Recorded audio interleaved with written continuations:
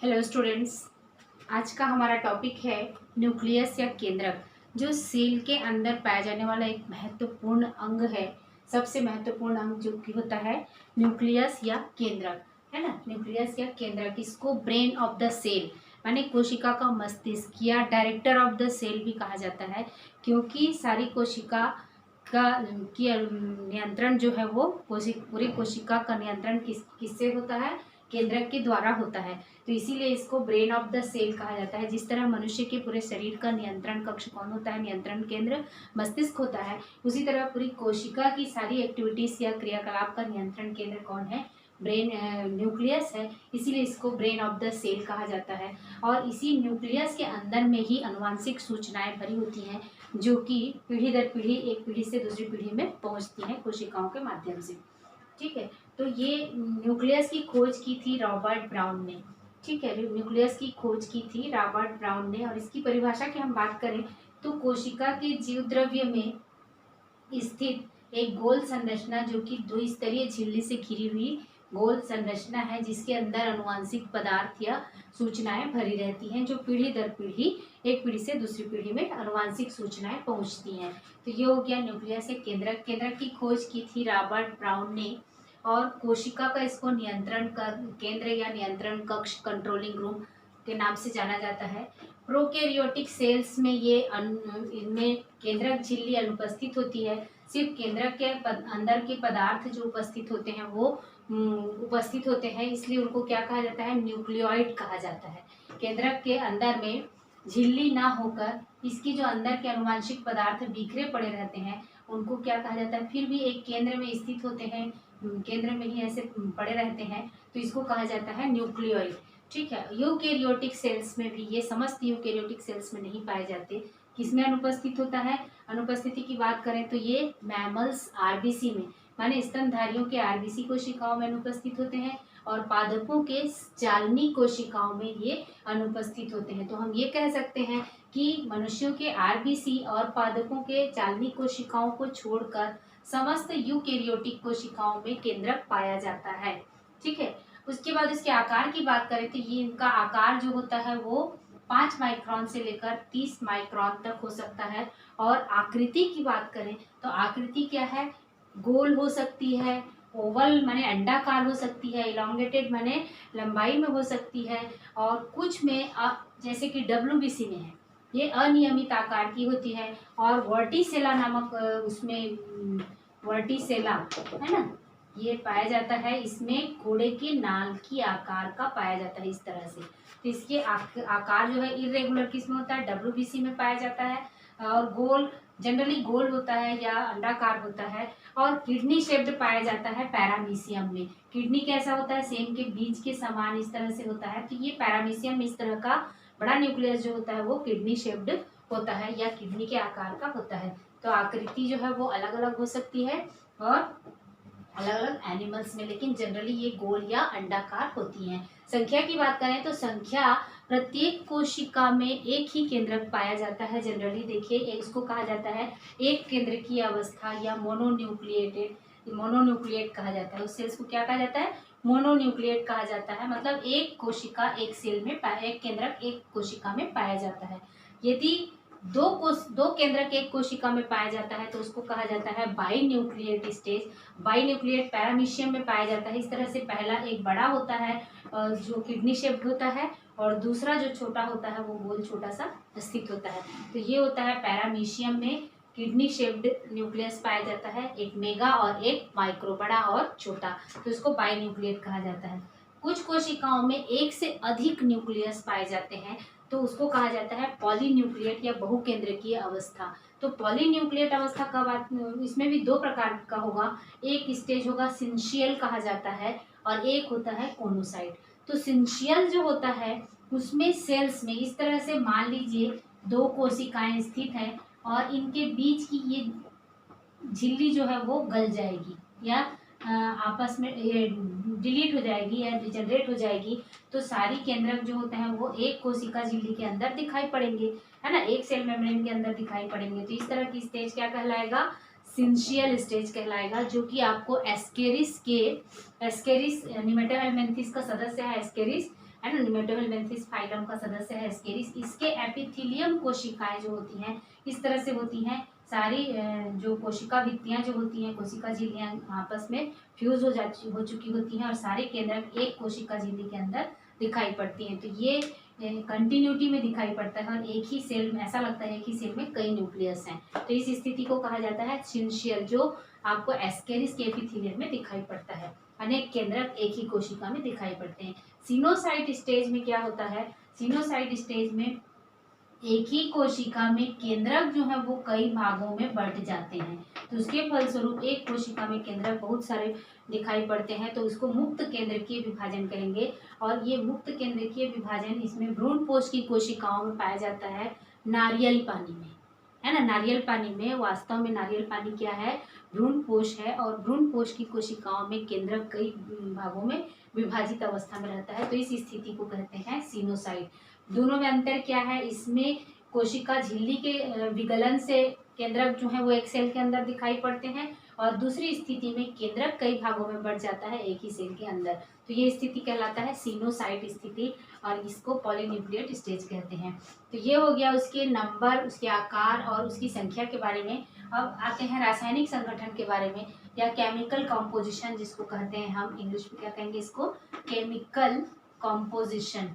ठीक है, chemical composition जो है वो, इसमें क्या क्या पाया जाता है, प्रोटीन पाए जाते हैं, प्लस फॉस्फोलिपिड्स होते हैं, डीएनए होता है और आरएनए होता है। इसके अंदर में, केंद्र के अंदर में जो रासायनिक पदार्थ पाए जाते हैं उसके बारे में बात चल रही है। तो इसमें प्रोटीन्स होते हैं और फॉस्फोलिपिड्स होते हैं, डीएनए होते हैं और आरएनए होते हैं। मतलब डीएनए आरएनए को बनाने वाले जो फॉस्फोलिपिड्स होते हैं वो भी उपस्थित होते हैं, और प्रोटीन होते हैं हिस्टोन्स और नॉन हिस्टोन, दो प्रकार के। इसको हम डिटेल में आगे करेंगे। इसकी संरचना में मुख्य रूप से केंद्रक में, यहाँ पर देखिए द्विस्तरीय स्पष्ट रूप से केंद्रक झिल्ली आपको बाहर से गोल संरचना है जो कि दो स्तरीय झिल्ली से घिरा हुआ है।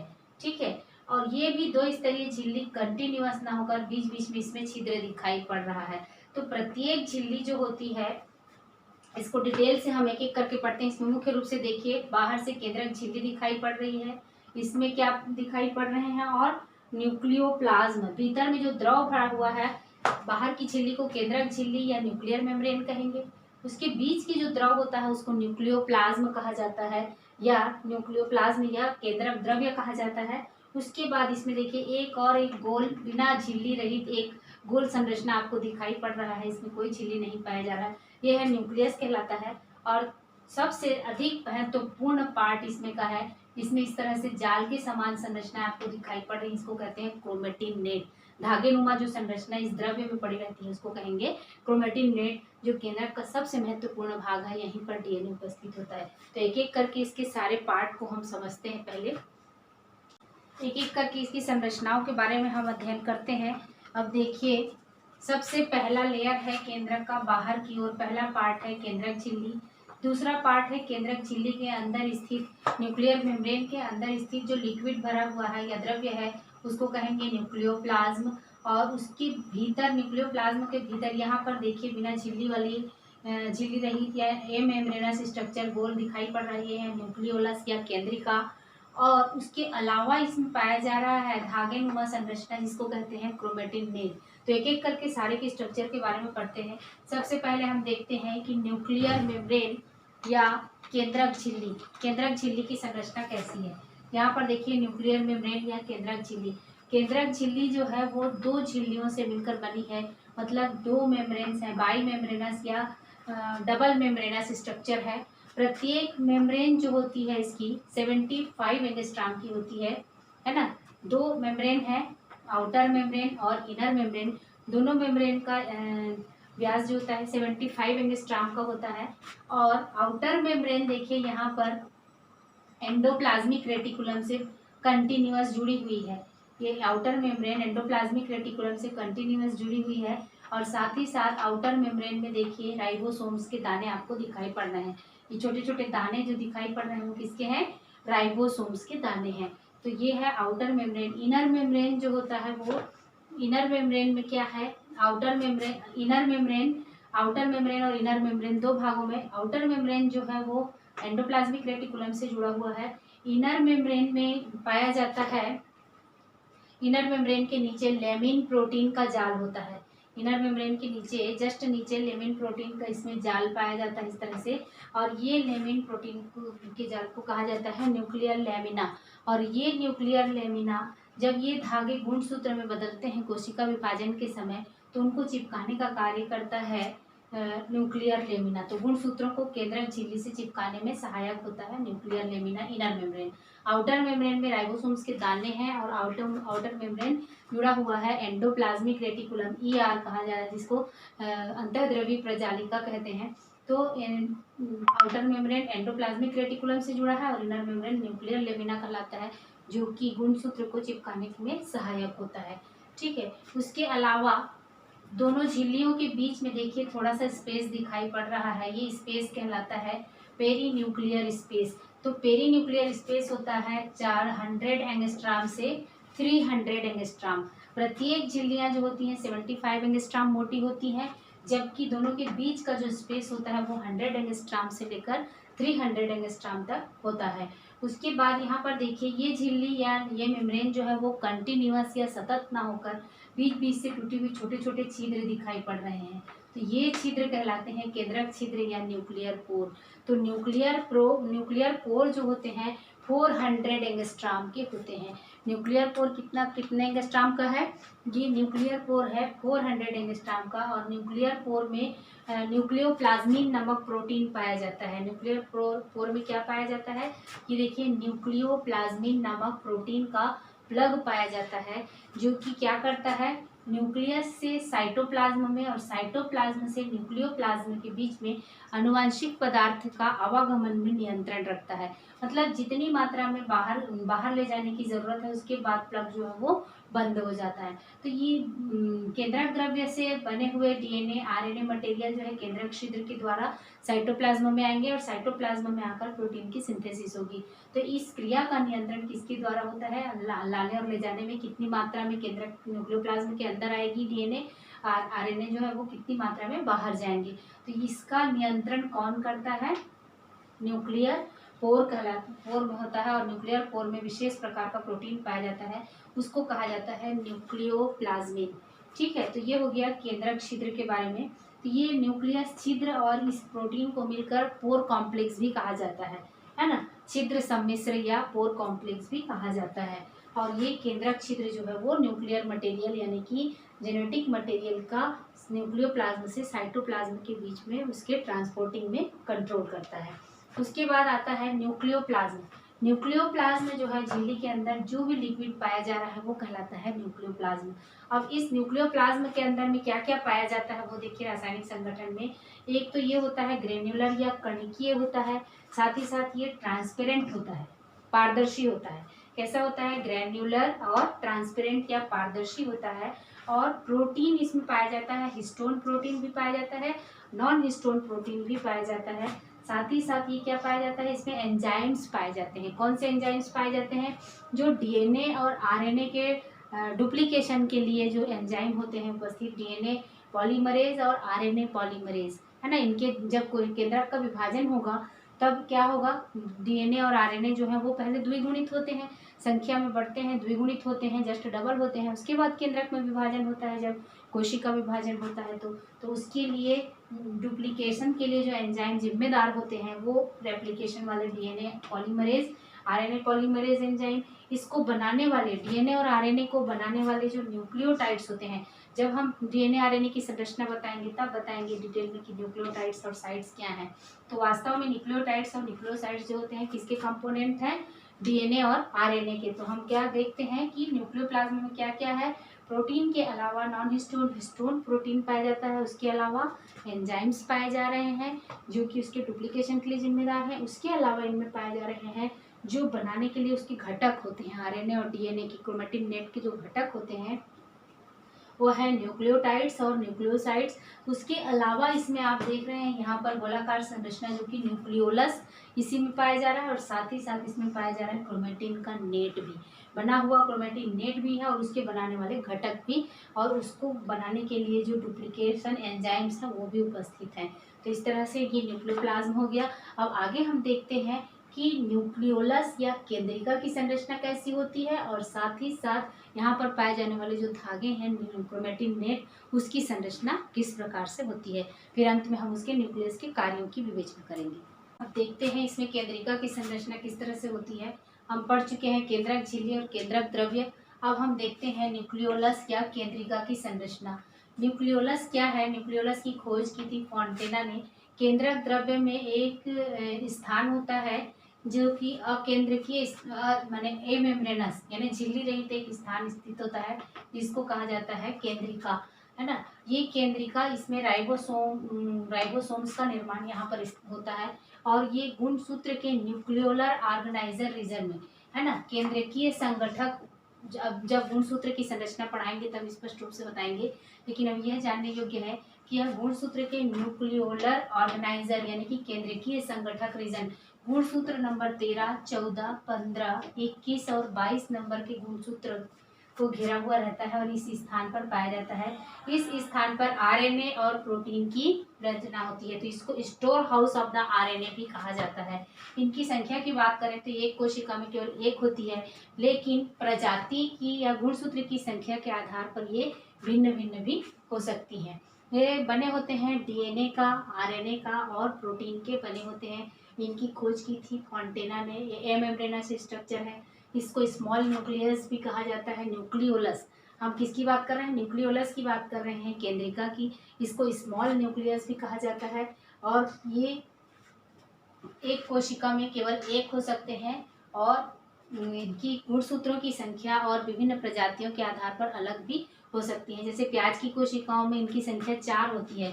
जैसे मेढक के oocytes में यानी कि फीमेल गेमेटोसाइट्स में इनकी संख्या बहुत अधिक होती है।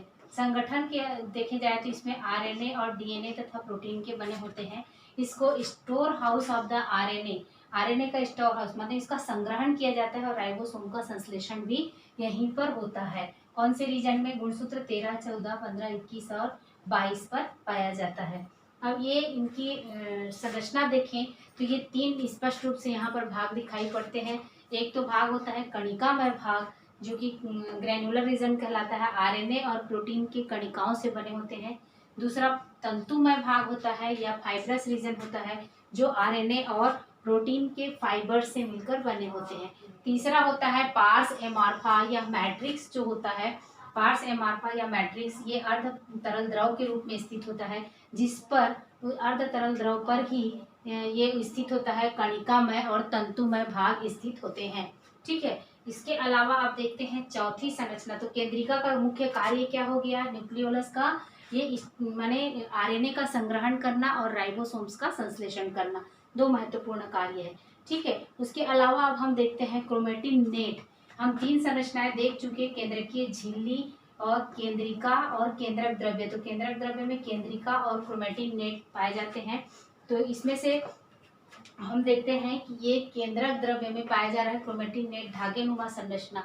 तो ये धागेनुमा संरचना या क्रोमेटिन नेट पाया जाता है। इसको क्षारीय अभिरंजकों से अभिरंजित किया जा सकता है या स्टेन कर सकते हैं हम।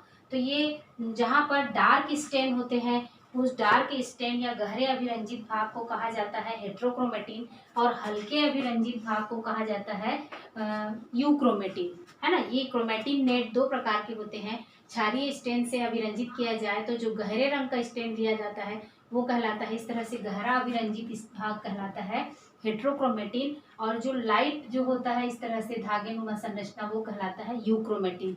तो डार्क जो होता है, गहरा अभिरंजित होता है, वो आनुवंशिक रूप से अक्रिय होता है, यहाँ पर कोई ट्रांसक्रिप्शन की प्रक्रिया नहीं होती है। जबकि हल्का अभिरंजित स्थान जो होता है या लाइट स्टेन लेता है वो वास्तव में सक्रिय होता है, एक्टिव होता है, वहाँ पर डीएनए का आरएनए का ट्रांसक्रिप्शन यहाँ पर होता है। तो क्रोमेटिन नेट किसके बने होते हैं? क्रोमेटिन नेट में डीएनए, आरएनए और प्रोटीन के बने होते हैं। तो जब डीएनए की संरचना जब डिटेल पढ़ाएंगे तब बताएंगे कि किस तरह से बने होते हैं। तो अभी तो केंद्रक के अंदर में सिर्फ क्रोमेटिन नेट देखिए। क्रोमेटिन नेट क्षारीय अभिरंजकों से अभिरंजित किए जा सकते हैं, और साथ ही साथ आरएनए, डीएनए और प्रोटीन के बने होते हैं। और ये नेट उसके धागे जो हैं वो प्रोटीन और आरएनए डीएनए के बने होते हैं। ठीक है, अब ये हेट्रोक्रोमेटिन और यूक्रोमेटिन दो होते हैं। हेट्रो जो होते हैं डार्क स्टैंड होते हैं और यूक्रोमेटिन जो होते हैं वो लाइट स्टैंड होते हैं। ठीक है, तो हेट्रोक्रोमेटिन जो होते हैं, हेट्रोक्रोमेटिन अक्रिय होते हैं, यहाँ पर ट्रांसक्रिप्शन नहीं होता, और यूक्रोमेटिन सक्रिय होते हैं। तो कई बार ये क्वेश्चन भी पूछा जाता है कि हेट्रोक्रोमेटिन और यूक्रोमेटिन में डिफरेंस बताइए। अब मुख्य रूप से अब न्यूक्लियस या केंद्रक का कार्य क्या होगा? केंद्रक का कार्य होगा control centre of the cell और अनुवांशिक सूचनाओं का संग्रह व स्थानांतरण। ठीक है, तीसरा कार्य है कोशिकाओं के विभाजन में भूमिका। तो एक तो अनुवांशिक सूचनाएं केंद्रक के अंदर बंद है, इसलिए कोशिकाओं का जब विभाजन होगा तो केंद्रक का विभाजन होगा और गुणसूत्र या क्रोमैटिन नेट जो है वो आगे की ओर दो कोशिकाओं में बटेंगे। तो गुणसूत्र के द्वारा ही अनुवांशिक सूचनाएं जो है वो एक पीढ़ी से दूसरी पीढ़ी में जाती हैं। तो इसलिए अनुवांशिक सूचना का संग्रह और स्थानांतरण। और तीसरा महत्वपूर्ण कार्य है कोशिका विभाजन में। केंद्रक का विभाजन ही पहली अवस्था है कोशिका विभाजन की, तो इसलिए इसको कोशिका विभाजन में भी सहायक कह सकते हैं। तो ये हो गया केंद्रक की संरचना। हम आगे पढ़ेंगे डिटेल में गुणसूत्र की संरचना और उसके कार्य के बारे में, उसके प्रकारों के बारे में।